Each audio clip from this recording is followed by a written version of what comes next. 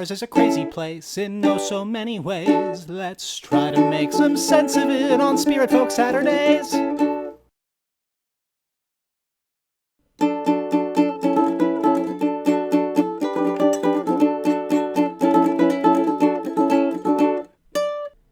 Welcome to the weekly thrilling intent-based podcast, Spiritfolk Saturdays. Today we're here to talk about episodes 96 and 97, parts 10 and 11 of the Everything is on Fire arc. I'm your host, Elfie, spirit of holy hell, I am drowning in podcast notes. Joining us this week are Raven. Spirit of joyous reunions! And Thero. Spirit of Ash wearing other people's clothes. Alright, so just a brief note is that because of the way they're doing episodes for this week, this month, and because of the way we're recording, the amount of episodes we have to cover at any given moment is going to be very weird. Like, it is Thursday, and the second part of the episode hasn't come out yet, so we're technically only covering 97 part 1. Because of this, some weeks we might have as many as 3 episodes to cover, or as little as 1. Just as, like, a note for the future. Okay, we can go on to the episodes now. Because we have a live stream, a supplement, and 2 episodes. Oh god. So, that is why I'm drowning in podcast notes. So we start with 96. Alright, let's see. I have a bunch of just, like, out of context notes. And they're just like, alright. There's the one line where, like, Marcus is, like, he's doing something with fire. And Jason, I think it was either Jay or Matt that says Marcus is doing something incredibly hot. My comment just, isn't he always? The only note I can really remember right now is that my imp is flying through the air somewhere. At least your imp isn't kicked in half. Yeah. Peter, you will be missed. I'm just amused by how many times they scream goddamn Wonderpuss. I can't believe you made that the full name. I am very relieved that dear Lily Lucy has not showed up yet, because honestly I am very worried for her.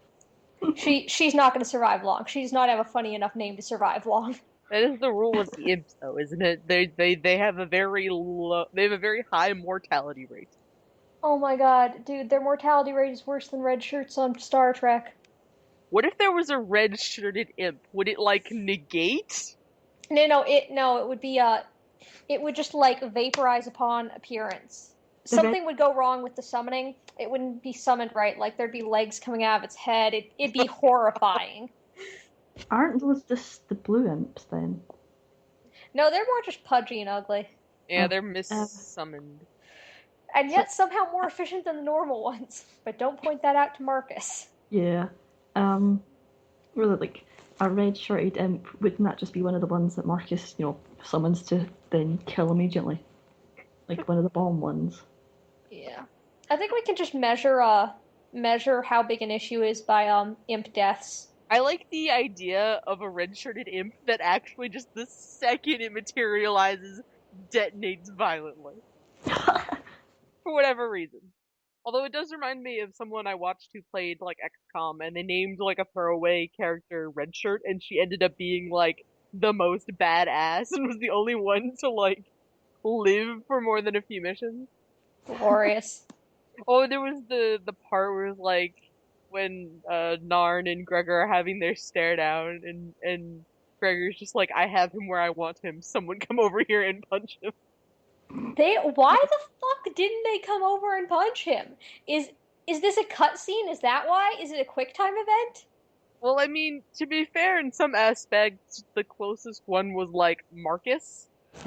Oh, come on, Colvin could have made that jump. Colvin wasn't with them at the time. This was in parts... Oh, was he? I'm honestly confused by... No, this was, back when they were in the, garden. It's like, at some point, Colvin left the group and ended up with Ash, and I forgot about that. I'm like, no, Colvin... Wait. I also have the note, this is like kids on the playground, but I don't know what it's referring to. Well, it is very playful and silly, despite the fact that it's life and death. Yeah. Oh my god, so many bleeding head wounds for Gregor. Oh, I have episode title suggestions for 96, and none for 97 because we don't have the second part of it yet, so. 96 is Stop, Drop, and Roll, No Time to Explain, Corpse Sled, and to match one of our previous podcasts, Slip and Slide of Corpses, Waterfall. Yeah. I think Corpse Slip and Slide has the most ring. I like that one. Oh god. My personal favorite is No Time to Explain because it also fits this one, but just like people running in, what's going on? No time to explain. Get back to fighting. Also, just the note: Ash too good for her own good. Oh, and that Gregor's doing all of this swimmy stuff, except he couldn't swim before, so it's like He must He have learned. learned. apparently. Also, it's like waist deep water, like not too deep. Well, I don't know. Couldn't like. If he wasn't so, Versed if he in wasn't, standing upright, Yeah. so that can't be waist deep then if they're like standing upright and it's over their head. I mean, it wasn't over Marcus's head, but he's like a freaking like beanpole. So even if it's like 4 feet deep, still like if it wasn't tiny little Gregor, he probably couldn't swim around in that. Mm. And then this Seth Norn is just freaking Norn. 9. He doesn't care about your rules. They. Sorry. They don't care about your rules. Alright, well, we know that they're splitting up the episodes for October, and I was thinking about it, and the last week of October will be like episode 100, and it will also be in 2 parts. So, be hyped for that. We don't know what's happening in that episode, but be hyped for it. Woohoo! I'm personally betting that's when Narn releases the thing that they're trying to release, but who knows?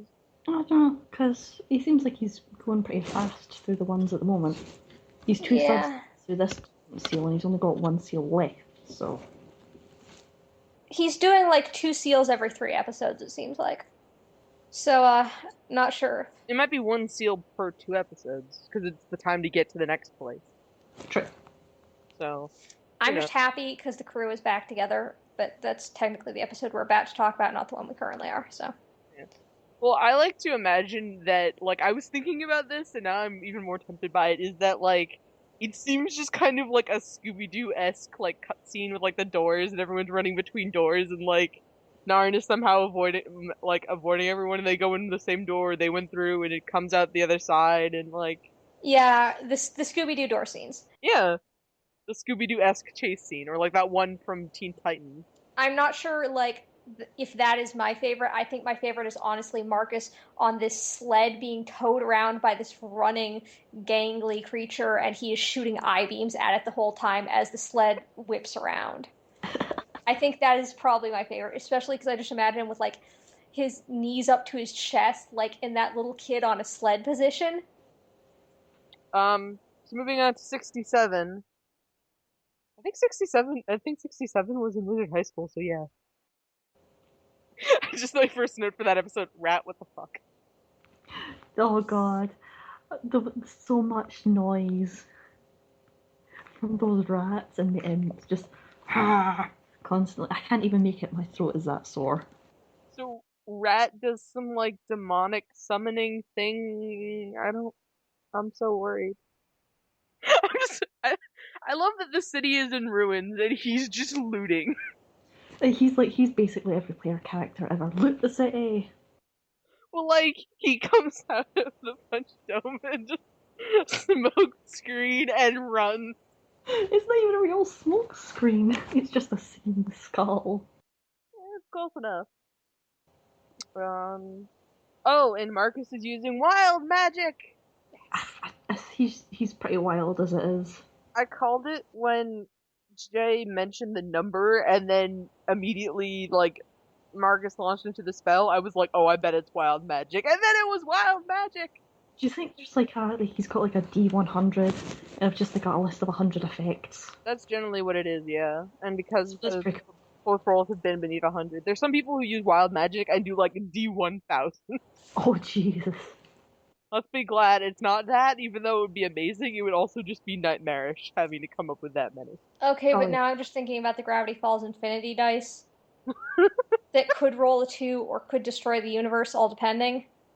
And there's infinite possibilities. And Marcus does does wild magic by taking a sliver of his newly acquired demon soul and pouring it into his own magic. So is this part of the whole thing that like between doing the wild magic with his soul and giving part of his soul to the tactical, and apparently the whole thing with his soul and the progenitor demon. Is this like leading into that sort of stuff? I think it's more just kind of infusing demonic energy into it, like siphoning it off, not like actively destroying his soul, because that would be a bad idea. It is something he would do, though. Yeah. I'm guessing that I was thinking about this, and I'm betting demonic energy is like kind of, I want to say like magnetic. Like, if you have it, you want more of it, but if you have it and you are near someone else with it, you can sense it. Which is why having more of it is a good thing because you're stronger, but it's a bad thing because other people with demonic energy are going to notice you. Okay, but can you put it on the fridge? What? Oh. Because I want to see imps stuck on the fridge. Huh? She mentioned they're like magnets, fridge magnets. I want to see imps stuck on the front of the fridge, just like doing their weird little garbled thing and waving whenever you go by through the kitchen. I don't know. Nice imp noise. Thank you. Have you been working on your imp noises? No, not at all. Very impressive. On the moment imp noise then.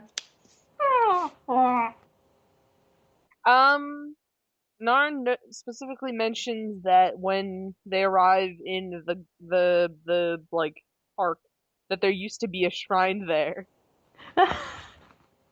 Yeah, I think a certain pair may have destroyed it with their momentous battle that we never got to see.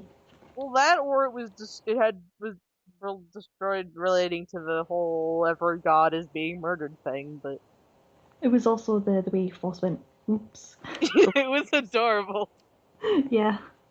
So thus far, the two of the shrines, one is two of the seals. One is at the top of the Lily Clan. One is in the park. Where do you guys think the other one is? Maybe Like in the water somewhere. Like in one of the docks, like down below Sleep. or something, but I don't know. hopefully it's not in the river that's infested with imps. I'm trying. The big question is probably: is it a map we've seen before, or is it in a part of the city they've not visited yet? Yeah, that's true. It could be there. We just need, I can recognize the places of Jinkala. I just don't know where they are in relation to each other. Yeah. As long as it's not in fucking Iocho. Is Yosho? I think Yosho's too far away to be considered like part of Jinkala. Okay, Yeah, it's supposed to be a night travel, so. Yeah. I mean, I don't know. It's Jinkala. It's weird. Okay, what's the most anime place it could be? That's where it's going to be. Let's think. Well, we've already had it at Cherry Blossom Garden, and we've had it in a like a tea, I guess like a tea garden type place that would be. We had cherry blossoms, and then we had in the park where a great battle had taken place, and there were scars on the land. So, what's the other place that's really anime?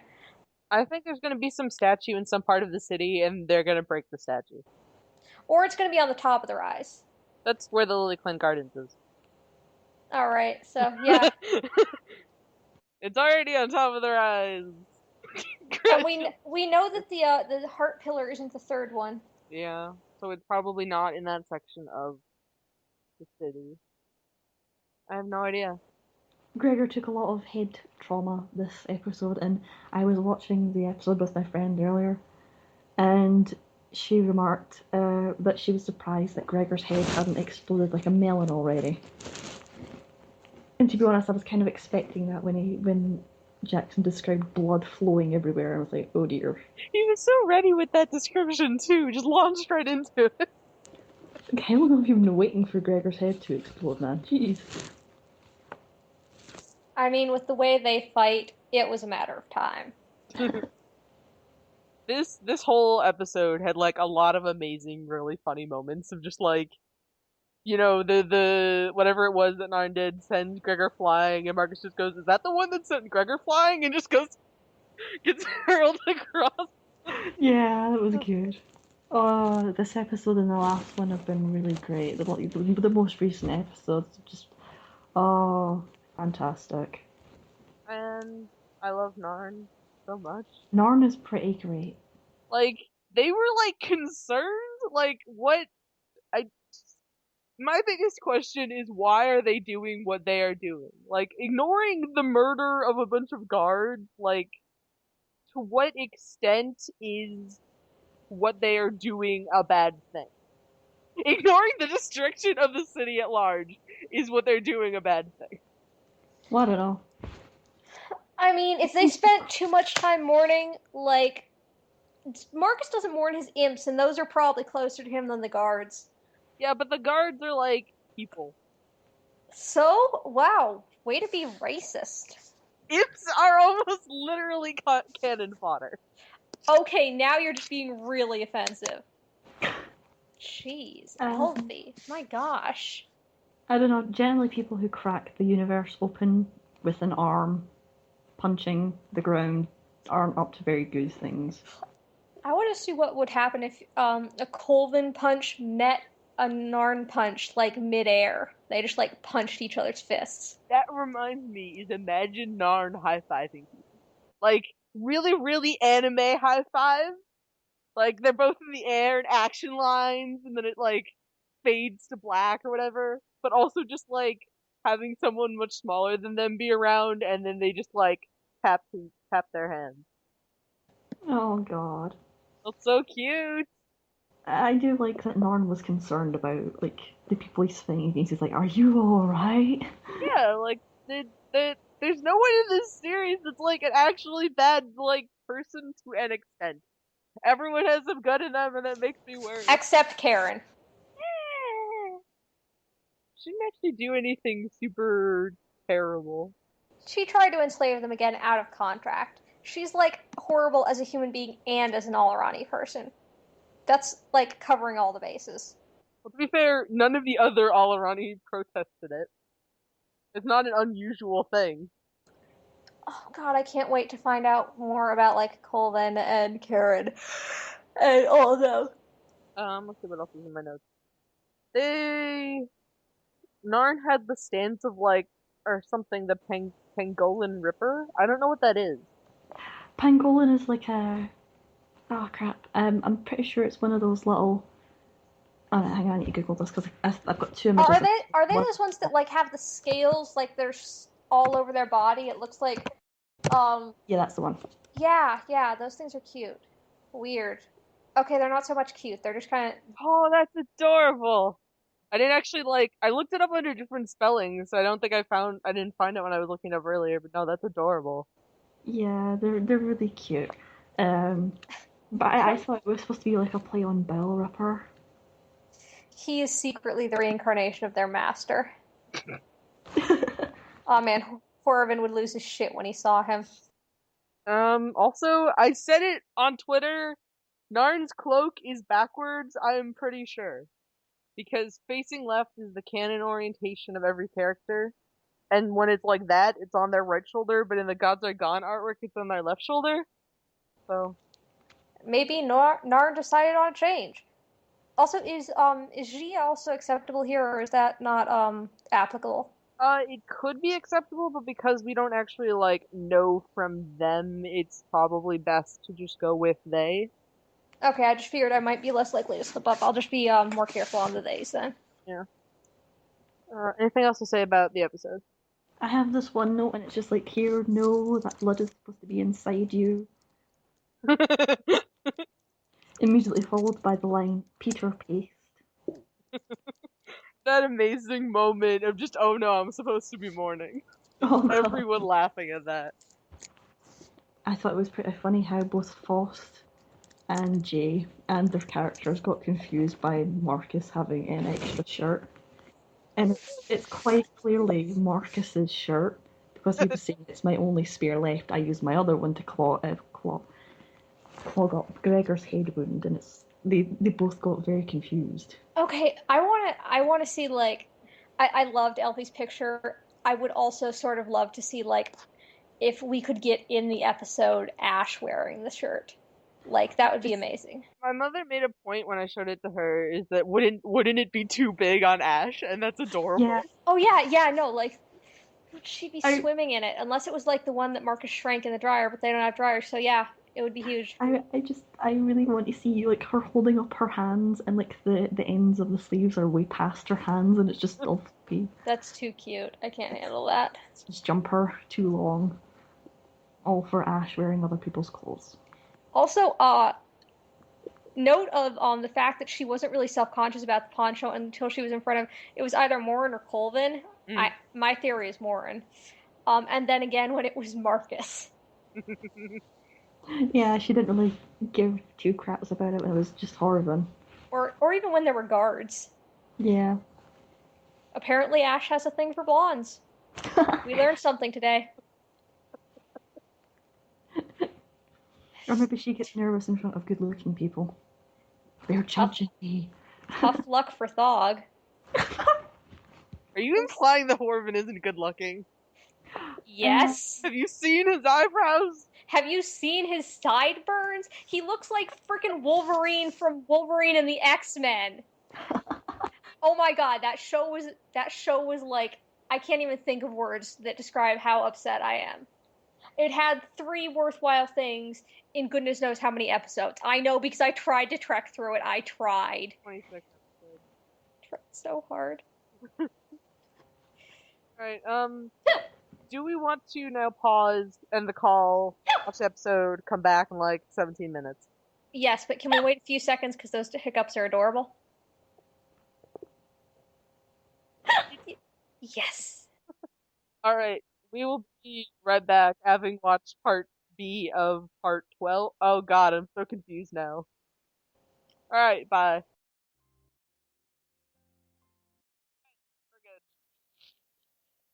So, am I the only one who thinks that Ash used to be like the strongest in the group and now she seems like the weakest? Other than Kier, I mean out of the main 3. Personally, I feel they've always been on even ground, more or less, just in different ways. Like, I mean, if Gregor is at a range, he's not going to manage anything because he has a glaive, but if Marcus is at a range, he's going to pound you in the face with Eldritch Blast. But at this point, like, Gregor can at least jump, and his martial skills have gotten insane good. Whereas Ash, like, couldn't stand up to him even close in martial these days. Probably even if it was, like, hand-to-hand instead, and he didn't have a signature glaive. But she also, like, can't use too much higher-level magic or she gets dizzy. I don't know. I guess we'll see if there's been any change with Ash soon. Maybe. Also, if using her powers really takes away a little bit of her, like, humanity, especially if the stone hand does, I am seriously worried about what she's been doing lately. Yeah. There was that ultimate anime moment with Gregor and Colvin and Horvin. That was amazing.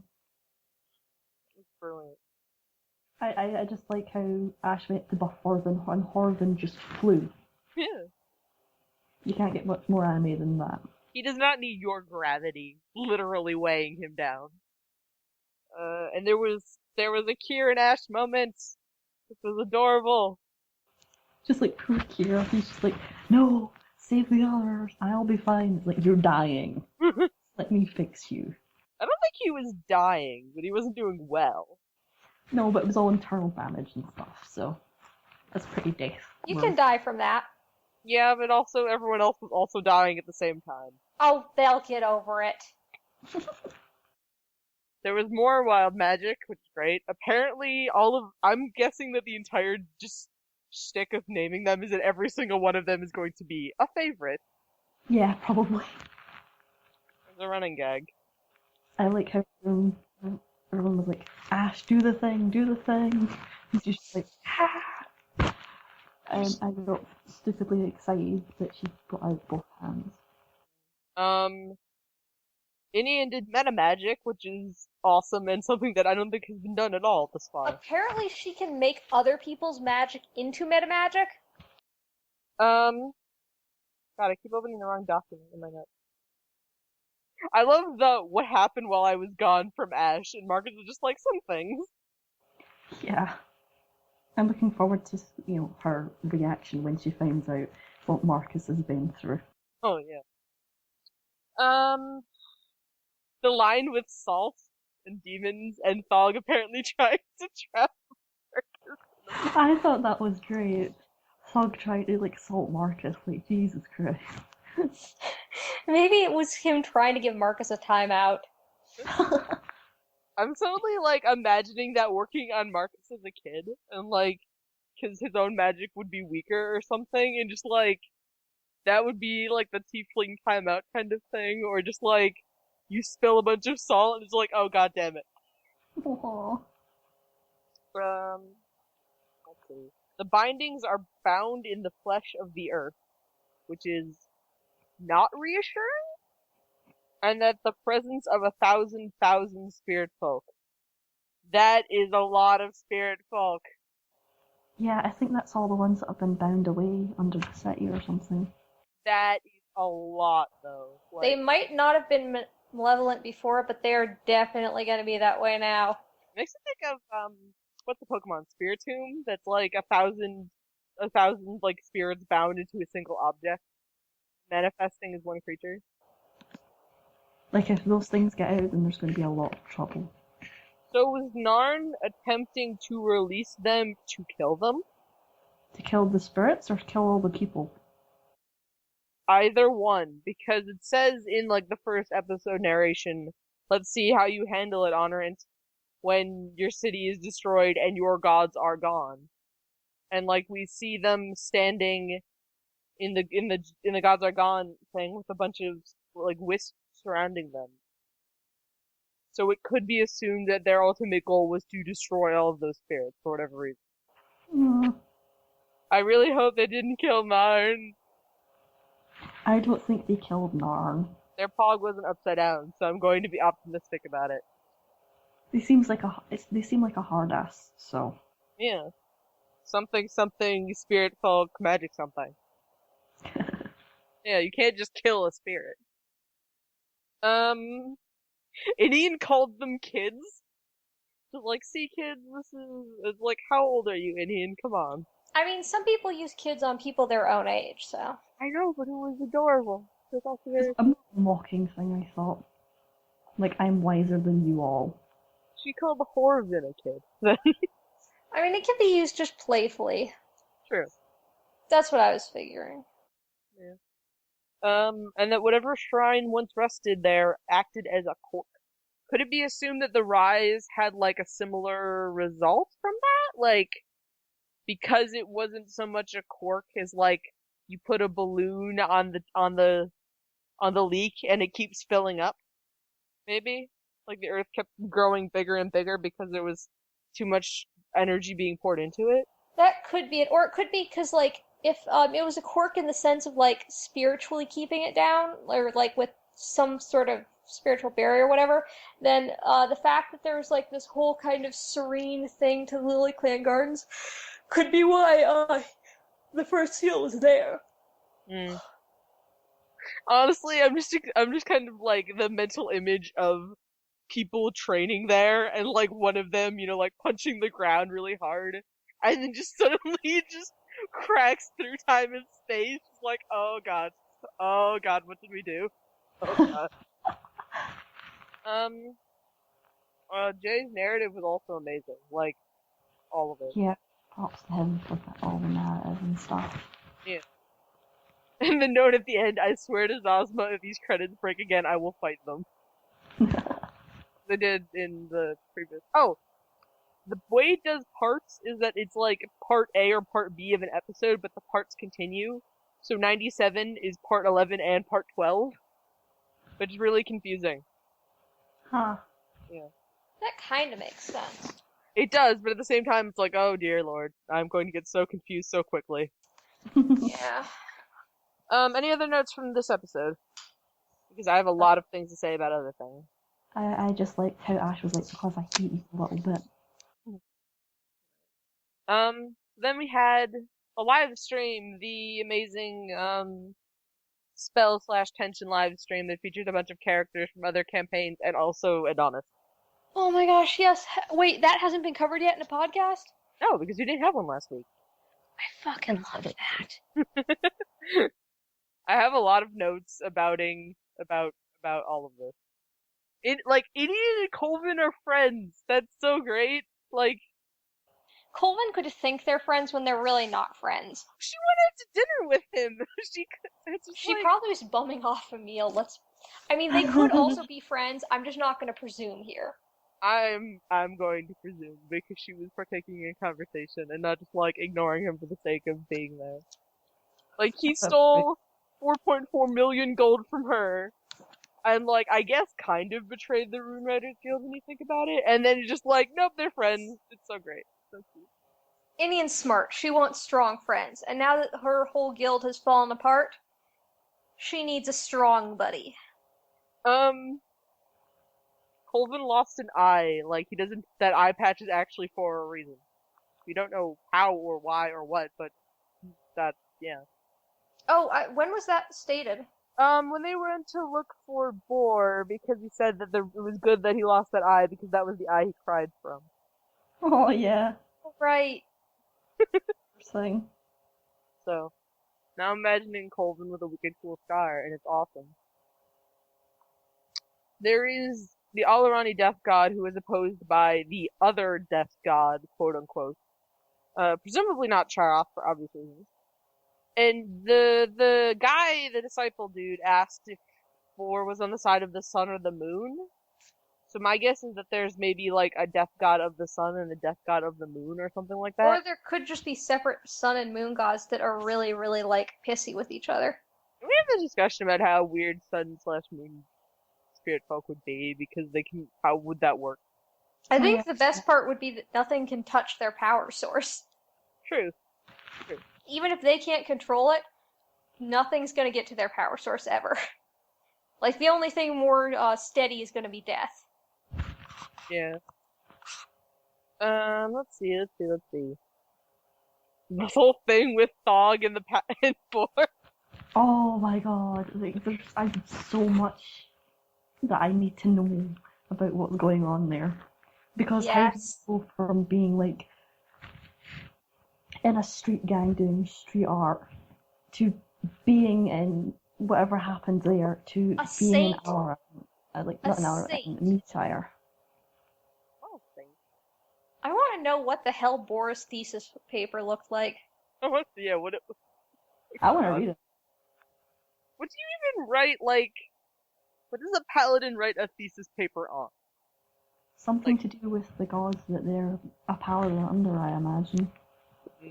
I mean, I like that Thog clarified that paladins in Alaran are basically lawyers for deals, but they just oversee them. They don't work out the specifics. Oh, it's like that one line in Galamark where the judges are given divine right to arbitrate. So like, gods clearly have some strong influence in Alaran, even if we don't like actively see it. Yeah. The god of contracts. Oh, the god of contracts must be so fucking strong there. I was gonna say god of greed. We need more information. Just have like an entire side series of based around Boar and Thog doing adventures. No, just have an entire side series of teenage Thog going on teenage adventures, and just like entire episodes where he's just reading sad poetry. Oh my god, that would be amazing. I would watch that. Yeah. We also learned that a Zalvin Skelburn is basically the equivalent of a John Hancock. Why does Ash stab people that come into her woods? It's hilarious! I have that in my notes, how hilarious that is. Because she is a very private person. Like, why would she just fight this random guy who's in her woods, though? Like, why would this random guy go into her woods? How did, like, so the prison collapsed, right? Like, the prison from the tension stream fell into, like, a chasm, right? How did the warden and also that painter guy not die miserably? I don't know. Because it's just like, I thought they died and they were just suddenly here again. Who knows? I feel like the painter guy is like Schrodinger from like frickin' Helsing. If he's destroyed, he'll just like disappear and appear somewhere else because he is everywhere and nowhere. In Helsing, Schrodinger is a cat boy. And Thog also swore by Zosma. So many things we need to know. I will bet you that was like a throw-off joke that Jay didn't fully consider, like, how much he was gonna have to justify this later. Does anyone else have anything they want to say about the story? Sog seems to have been used to signing autographs for stuff. Well, Shit, there's so many things we need to know. Give all the Sog details now. Give me them. Bury me in them. It'll be great. honestly, what would be really interesting is having, like, a kind of, not like a betting pool, but just like a thing where everyone writes down what they think Thog's name is, submits it, and then we all just wait until the eventual day that we find out what Thog's actual name is, and we're like, okay, who was closest?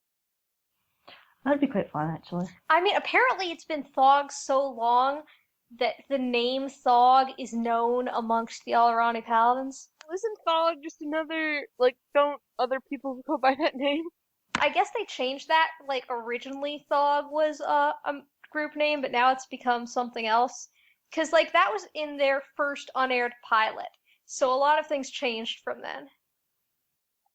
And then also poor Chauncey, who, that ties into the supplement, and I have to wonder how, like, intentional that was? Just poor Chauncey. Died and then almost revived. Almost. Yeah, anything else about the live stream? I think all the guest people did a really good job with their characters. They were just very enjoyable. And now we have to move on to the supplements. Starting with just the note, Balbreth, dear lord, I love Matt. Like, of all the things I was expecting, it was not this, but I was pleasantly surprised by it. Especially because I thought Balbreth was just going to be like a throwaway joke, and nope, it is an entire thing about a demon, and of course Matt would write a whole thing about demons. None of my notes are actually about, like, the ziggurat. All of them are about other things that came with it, such as that we now know the canon spelling of Colvin's name is Athos, Athos, Colvin, and then Jun for his last name. Huh. There's one quote I have that is, like, making me annoyed that it doesn't say anything else. Like, goddamn. Is the misconception of Spiritfolk loving stones, nature, and the natural world as a whole is a phenomenon rooted in their origins and role throughout human history. One that we won't touch on in this lowly spell description. Though it should be stated that the natural world, while fundamentally weakening to Spiritfolk, makes such creatures feel at ease. God damn it, Jay. They're dicks, but we love them for it. Yes! Stop making such interesting world building and then just not telling us about it. Stop making a story that flows really naturally and interestingly.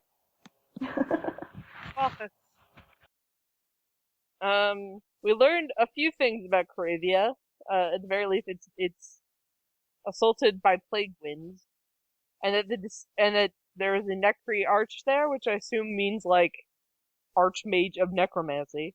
Like, my guess is, like, an Archmage of each of the classes of spellcasting. His name was Penthurst or Ogunborgen. So any other notes from the supplement? Not from me. Oh, I do have two more notes. One is just the line, the criminal witch Inian, that makes me smile like an idiot, because no one ever acknowledged, there's that one thing that acknowledged her as, like, wanted for something, and now it just makes me smile. And also the line, in the years following the reformation of hell. Yeah. What is it talking about? Something really fun, I assume. Or involving a lot of paperwork, judging from what was it? Marcus had said or something like that? Oh. No, someone said. There was a lot of red tape. It was for civil rights for imps. Ah. Clearly, it failed. Now theories, AUs, headcanons, etc. I have like 5 of them. I have 5 of them, and 3 of them are about Colvin. Okay, shoot. We were talking about sports last time, and no one made the joke Colvin Ball, so I'm here to amend that. We definitely made a joke about Colvin Ball. We mentioned it in the chat, not in the podcast. Oh, that's... So I'm here to spread the word of Calvin Ball, except with Colvin. It's mostly the same, but you'll get a lot more broken bones. Yeah, and a lot of it pertains to punching and shouting about the truth. Mm. I like to imagine Indian somehow playing this made-up sport with him and actually winning just, like, by doing nothing. Like, Colvin is that kid in the yard who just takes off and starts running and is like, come play with me, and then he just sits there, somehow wins by her virtue of not participating.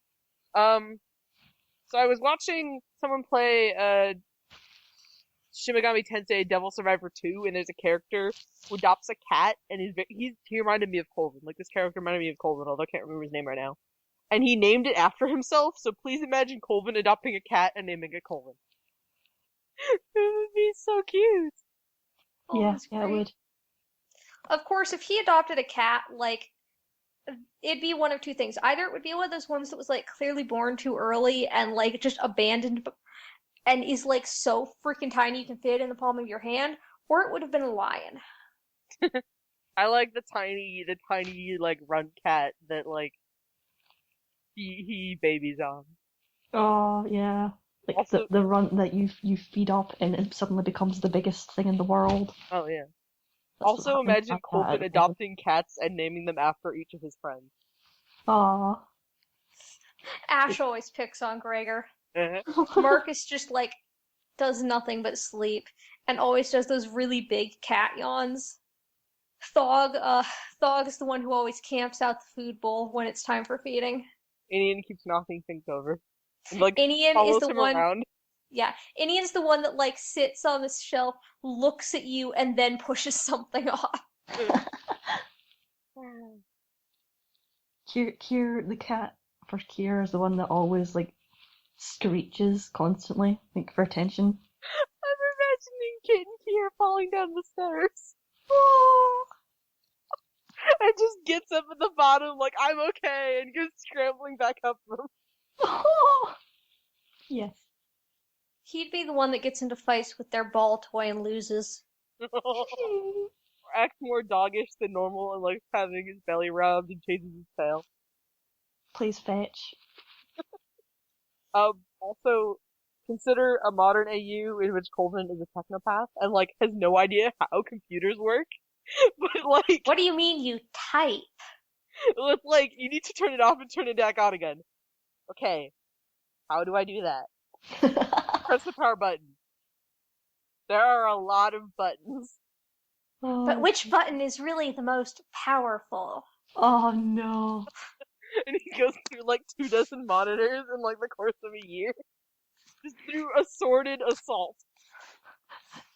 But he doesn't know where the power button is, so he just punches the screen to turn it off.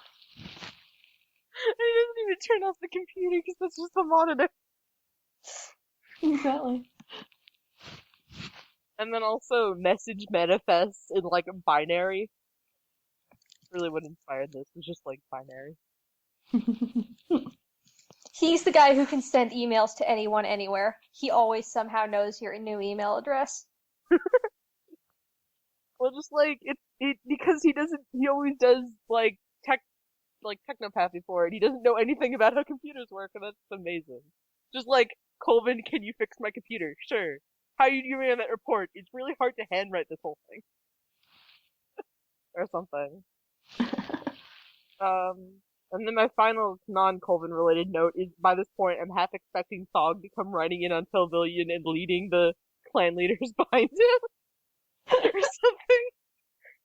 I just want to know where he is. Telvillian ex machina?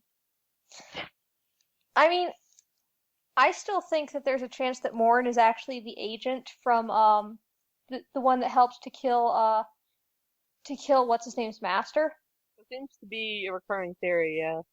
So I'm just waiting for him to like shoot a bullet that'll destroy the Zeth, Maybe. or to be the Deus Ex Machina to the thing it releases. Like, yes, we finally beat the Zeth. Oh, that is a big thing. That is a big thing that we cannot beat that came out. This is not our area. Or no one knows exactly quite what's going on, and he's like, oh geez, did not tell us about this in training. Or he does know a suspicious amount about it, and everyone's like, Morin, and he's like, shh, later, when we are not, like, running for our lives. Okay, but horrified Ash realizing that he took part in that. Yeah. In not only the slaughter, but in that binding. Hoping that he really doesn't know the rest of her deal. You gotta love it. Yeah, so, theories for next time. What do we think is going to happen in the next episode? I think a giant, like, monster is going to come out that's a bunch of the souls combined, or that's the biggest of them, and they'll have to fight it. Well, they have to break the second one first. This is the You mean the third one? Yeah, the third one. This is the second one. Honestly, I've got two theories about how that'll happen. One, Narn is at least partly playing dead, because remember he seemed mostly immune to fire? Yeah. Being on fire affected him some. By the way, Gregor, that is not how fire resistance works. That's how dead nerves work. But either he's partially playing dead and he's going to get up and destroy the last one now, or Inian's going to decide it would be interesting if that was what was done, and she'll do it.